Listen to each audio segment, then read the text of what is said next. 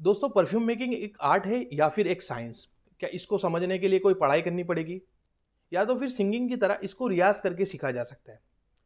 दोस्तों, सबसे बड़ा क्वेश्चन एक बिगनर परफ्यूमर के लिए कि हम इसको शुरुआत कैसे करें। क्या हम उसकी कोई पढ़ाई करें या फिर हम उसका रियाज करके सीखें? दोस्तों, आज की टॉपिक में हम ये फंडे को क्लियर करेंगे।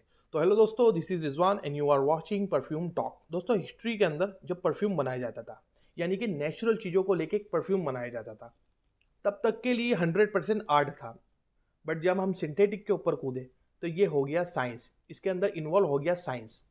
तो क्या दोस्तों, परफ्यूम बनाने के लिए हमको साइंस का बैकग्राउंड रखना पड़ेगा? परफ्यूम को हमेशा नियरेस्ट आर्ट म्यूजिक से जोड़ा जाता है कि परफ्यूम एक म्यूजिक की तरह है। इसके अंदर भी अलग अलग नोट्स को मिला के एक कॉम्पोजिशन रेडी किया जाता है। तो दोस्तों, क्या म्यूजिक की कोई पढ़ाई होती है? हाँ, होती है। वैसे ही परफ्यूम की पढ़ाई होती है? हाँ, होती है।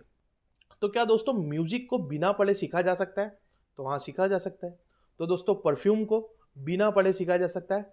बट हाँ, सीखा जा सकता है। बट सबसे बड़ा क्राइटेरिया होता है म्यूजिक को सीखना, एंड सबसे बड़ा क्राइटेरिया होता है परफ्यूम को सीखना। देन जैसे जैसे हम सिंथेटिक पे आए और हमने केमिकल को इन्वॉल्व किया, तो हमको कुछ केमिस्ट्री का नॉलेज रखना पड़ेगा। जैसे कि परफ्यूम जैसे कि पूरी परफ्यूमरी 3 चीज़ों पे डिपेंडेबल है। Number 1 diffusion, number 2 mixing, number 3 reaction. Singing सीखने के लिए उसके नोट्स को समझना पड़ता है, वैसे ही परफ्यूमरी सीखने के लिए उसके नोट्स को समझना पड़ता है। जैसे दोस्तों, सबसे बड़ा क्वेश्चन होता है कि ये परफ्यूम रिव्यू करने वाले इन लोग सूंघ के कैसे बता देते हैं कि इसके अंदर कौन सी नोट का इस्तेमाल किया गया है, इसके टॉप में क्या है, इसके मिड में क्या है और इसके बेस में क्या है। दोस्तों, जैसे म्यूजिक में होते हैं 7 नोट, उसको यूज़ करके एक कॉम्पोजिशन बनाया जाता है। वैसे ही परफ्यूमरी में लाखों नोट्स होते हैं, जिसका यूज़ करके एक न्यू क्रिएशन बनाई जाती है, एक न्यू खुशबू ईजाद की जाती है। जैसे हमको एक म्यूजिक के लिए 7 नोट को समझना पड़ेगा, वैसे वैसे ही परफ्यूमरी के लिए लाखों नोट्स को समझना ही पड़ेगा, उसका रियाज करना पड़ेगा। ये चीज़ के बिना दोस्तों कभी परफ्यूमरी सीखी नहीं जा सकती है। मैं एक हमेशा एग्जांपल देता हूँ कि एक दूर आइलैंड पे एक फ्रूट उगता है, जिसको ना किसी ने देखा है ना किसी ने टेस्ट किया है। अगर वो फ्रूट कट होके हमारी सलाद की प्लेट में कहीं से आ जाए और हम उसको खा लें, तो क्या हम टेस्ट करके समझ सकते हैं कि ये वही फ्रूट है जो वो आइलैंड पे उगा हुआ है? जबकि ना ही इसको हमने देखा है ना ही हमने इसको टेस्ट किया है। तो दोस्तों, इसका आंसर होगा कि नहीं समझ सकते।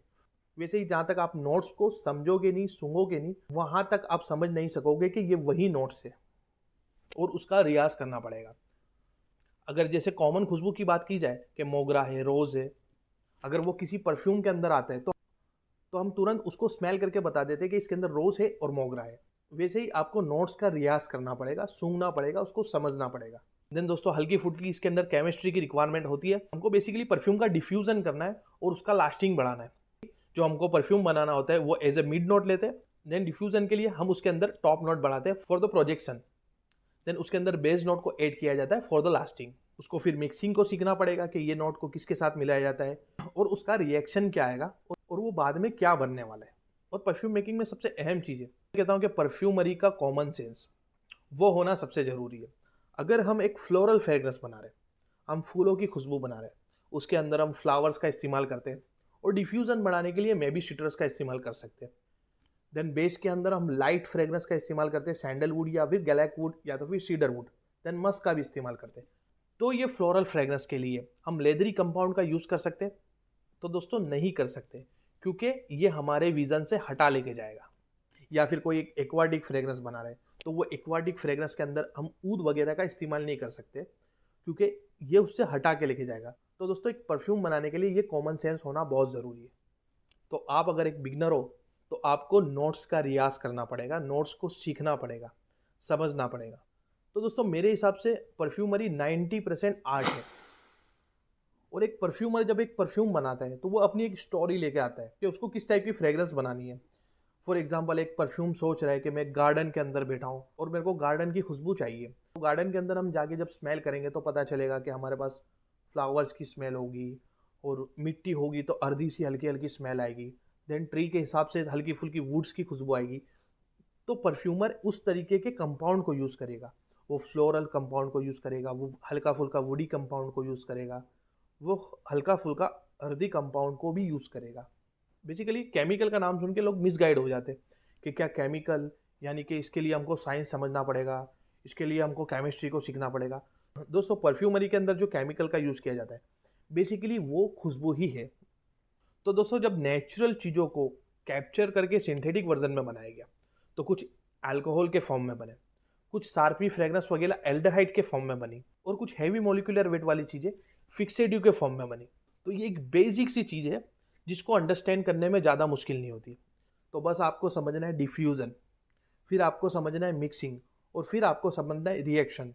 हमारे पास जो भी केमिकल है वो कोई एटॉमिक केमिकल या तो फिर कोई एसिडिक केमिकल नहीं है जिसका कोई अलग हट के रिएक्शन हो सकता है या कुछ बम वगैरह बन सकता है। ये सिंपल कॉस्मेटिक वाले केमिकल है, यानी कि खुशबू है। तो एक परफ्यूमर बनने के लिए किस लेवल की केमिस्ट्री समझनी पड़ेगी वो आपको मैं समझाता हूँ।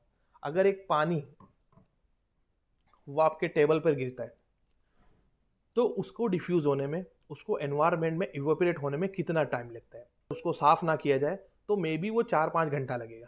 अगर टेबल के ऊपर पेट्रोल गिरता है, उसको साफ़ ना किया जाए फिर भी वो 2 या 3 मिनट में गायब हो जाएगा। बट अगर टेबल के ऊपर इंजन ऑयल गिरता है तो उसको गायब होने में 2 या 4 दिन लगेंगे या उससे भी ज़्यादा वक्त लग सकता है उसको डिफ्यूज़ होने में, यानी कि हवा के अंदर इवेपोरेट होने के लिए। इसका कारण क्या है कि इंजन ऑयल का मॉलिक्यूलर वेट सबसे ज़्यादा हाई है। दोस्तों ये है डिफ्यूज़न थियरी।